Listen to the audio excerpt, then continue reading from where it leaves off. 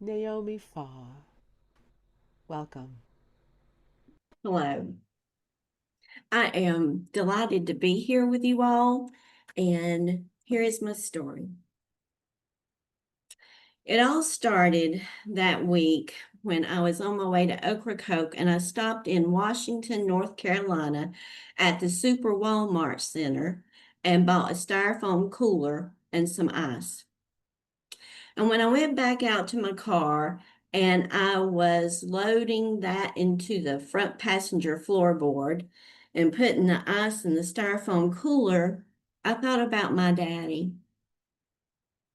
He always seemed to have a cooler every weekend when I was little growing up. Well, I got in the car and I was about an hour or so away from Swan Quarter, where I would catch the ferry over to Ocracoke. And I turned on the radio. I thought I would pass the time that way, and the news was on. And it was so divisible or dividing and awful. And I wondered if there's anywhere that there's sanctuary any longer. And I turned the radio off. And I went back to thinking about my daddy. And every weekend, he would take that cooler and put it on the back of his 1970 something blue Ford truck. And he would fill it with beer and ice. And by Sunday, his uncle and his nephew would come. His nephew was grown. And they would go riding. We lived at the foot of the mountain in western North Carolina, and they would go riding up into the mountains or out into the fields, but they always ended back at the house in the lower driveway, standing around the tail bed of that truck, drinking those beers. This was the same day that my mama would put a roast in the crock pot and me in a dress and lace anklets and take us to church. And we would enter that sanctuary and take what might as well have been our assigned seats.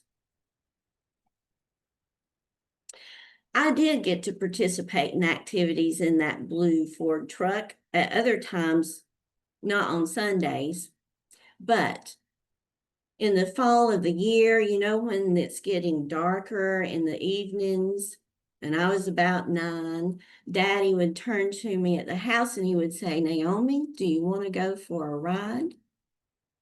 Well, I did. And so he would drive us over to the neighbor's 100-acre wood where he leased it and had permission to hunt. And he would park us in an open field with a headlight shining in the dark onto the bank at the edge of the field where it meets the woods. And we were watching for deer. And we were waiting in the dark interior of that truck with just the dashboard lights on, no radio. The heat might be running, and there were no extra words. And he would say, do you see them? I see deer. And he would begin to count. 1, there's 2. Oh, I think there's 4, maybe 6. And I would work very hard to see all the deer that he said he saw, even if it meant it was a shadow that was melded into the bank at the woods. In the winter, when it snowed and there was ice and icicles, he might come in and say, do you want to go for a ride? And I did. And we would drive slow on those snowy roads. You could hear the crunch of the snow, perhaps feel the slip of the tires on the ice. And under the moon, you could turn those headlights off on that rural road and just see the world sparkle. The ice and the trees, the snow on the road, and we were safe in the truck. And in the spring, he might park that truck under the walnut trees in the backyard, doing whatever he was doing, and I would climb up in the truck. Because if you're not familiar, there is a vintage form of social media called a CB radio.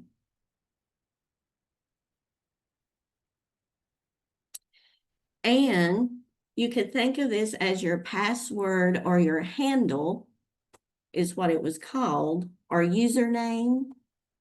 And mine that Daddy had given me was Little Red Riding Hood. And I would climb up in that truck and see who I might communicate with. Often very unsuccessful.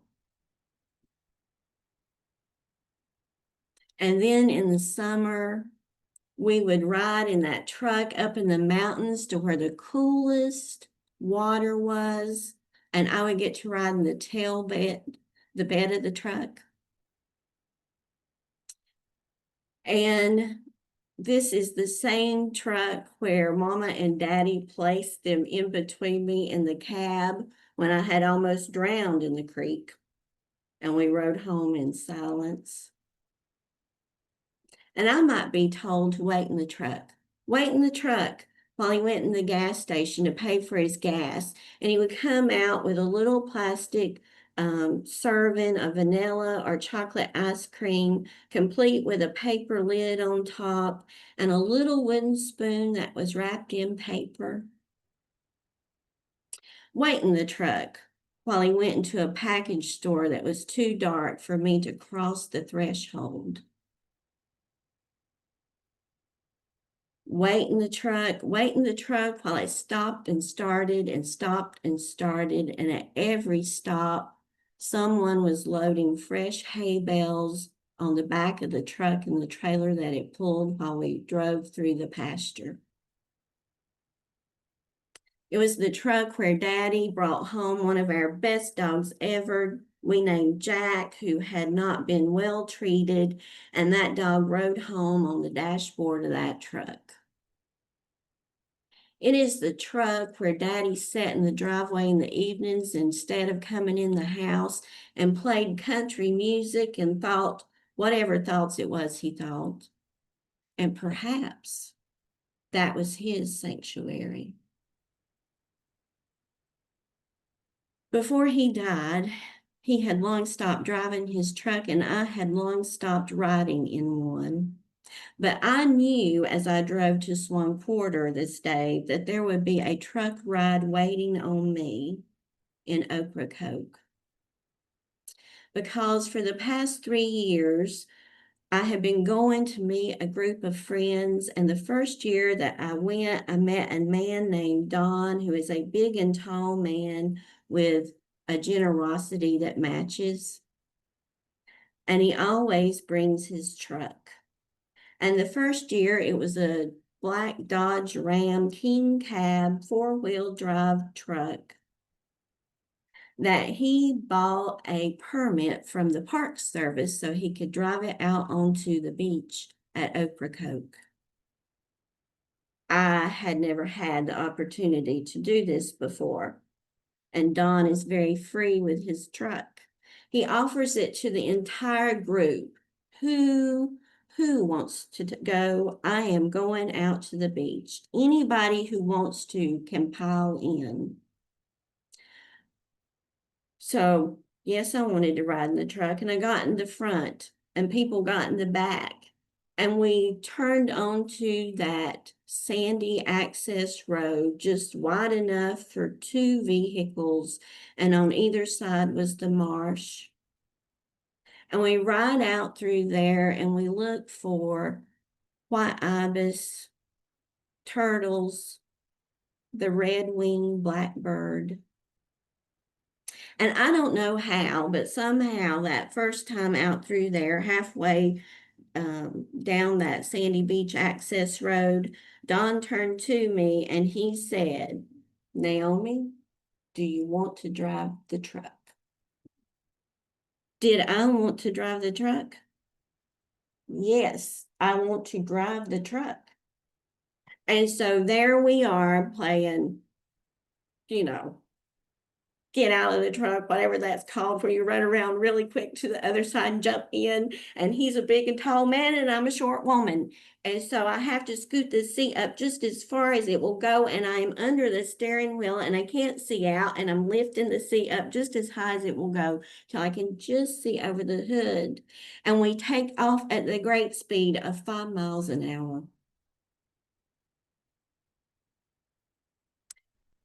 And as we come along to where that sandy access road opens up to the beach and the ocean, the sand is no longer packed, and you can feel it pulling those tires, just like as if I were driving on the snow or the ice.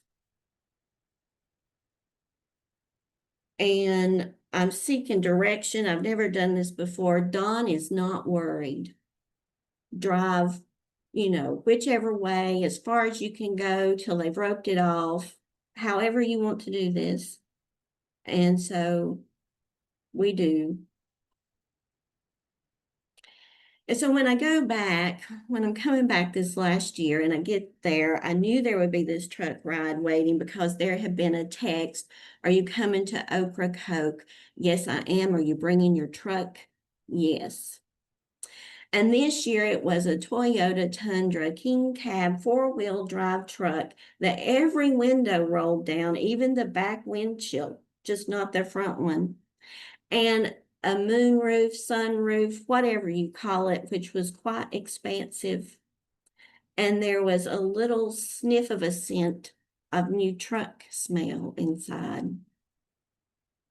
And again, it's whoever wants to go, just come, and whoever, we just get in the truck. This year, when I get to drive the truck, I noticed that when I am on that sand that is not packed so tight, that the truck doesn't pull quite the same. And I don't comment on that, but Don asked me, can I tell a difference in how this truck drives? Well, I can. And he says it is because that every tire has a 4-wheel drive sensor that runs to it. Well, wouldn't my daddy have loved that? I just thought it was because the truck was heavier. And on one of the last treks out to the ocean, rides out to the ocean in that truck, driving out through there, we stop and we pick up Kyle, the shaped note singer, because he's going along. He's in the group, but he's out there in his bicycle trying to manage this sand. His bicycle's thrown on the back, and here we are. And we go out there and we park in front of the ocean, right there on the continental shelf, and we watch that water like it is a drive-in movie.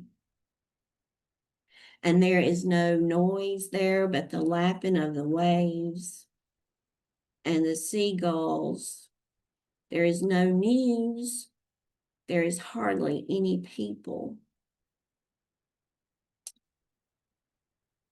Don starts scrounging around in his door of his truck and he produces Lance salad crackers. And he says, Naomi, do you want to see if the seagulls will eat these out of your hand here at the window? Well, yes, I do. And so I'm opening them up, and I could have been 9. How many seagulls do you see? Will they come eat out of your hand? Well, they get very close, but they don't eat from my hand.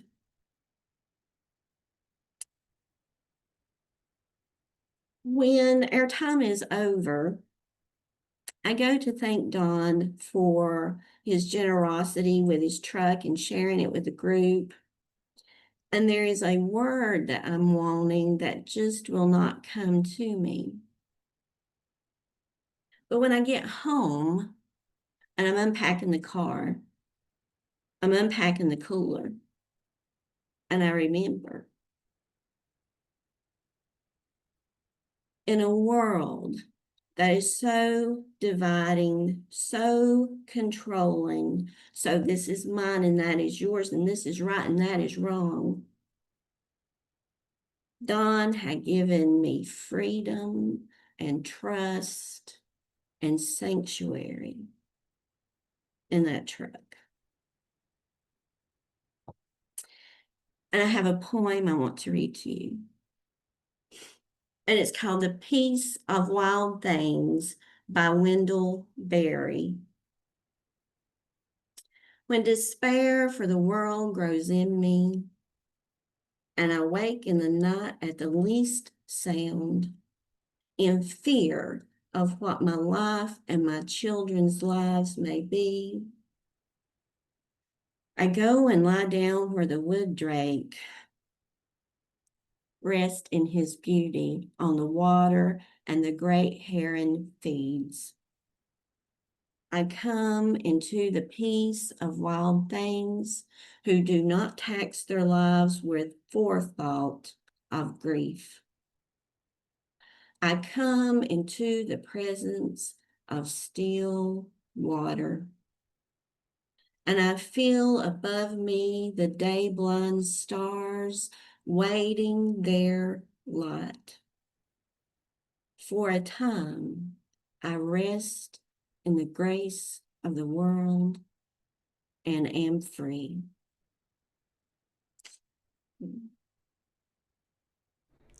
Beautiful, Naomi. Oh, Naomi. Thank you so much. Oh, Please Thank stunning, unmute you. and say hello. Oh, stunning, stunning, stunning. Yes, thank you. lovely. Yeah, Remember. Chinese fire drill. Mm. It was very fun. Oh, We'll have to come up just with a different name gorgeous. for it. So beautiful. Really So beautifully beautiful. done, Naomi. Really. Thank you.